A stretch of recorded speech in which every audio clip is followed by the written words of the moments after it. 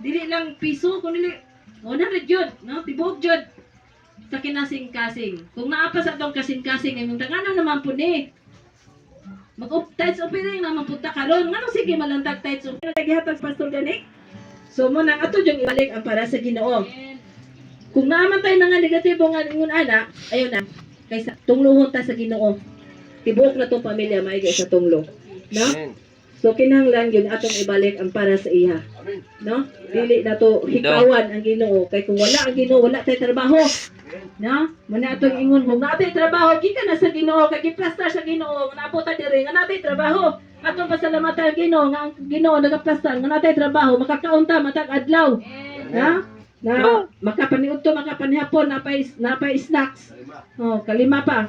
Mo nang atong buhaton ibalik yun na to ang tibuok, no? Tibuok nga ikapulo ngadto sa templo, no? Dili para dili mo yung nga suswa gyud ni. Na pugkuron, hatag na pug ani. Agoy Ginoo ko, gusto na lang. Ayaw gyud mo pangingon ana kay ngano ako tested yun ni sa kong kinabuhi namo ni Region. Ang kaning usa ka tithes offering no. Dili ingon nga mutites ko kay aron mudaghan ni akong kwarta, mutites ko kay aron nga daghan kong trabaho. No. Kundi lang akong nasabta ni usa sa proteksyon ngano magaplastar sa trabaho, magaproteksyon kung asa ka dapit, kung larga, kung asa ka dapit kung idadon sa Ginoo nagyud ang proteksyon sa Ginoo. Bisan pag mag-ungaw ka kamatayon, pero ilikay gyud ka sa Ginoo. No? Tested din namo, especially gahapon sa mong lakaw, wala ginamo gidahom. Dili to among sala kung dili dako kay nga nato may dakong building kutong mag-ana nga mga persada ba dakong building sa ibabaw. Nag-ana man daan ang sakyanan. So, abi na mulusot ni una ni urong mi.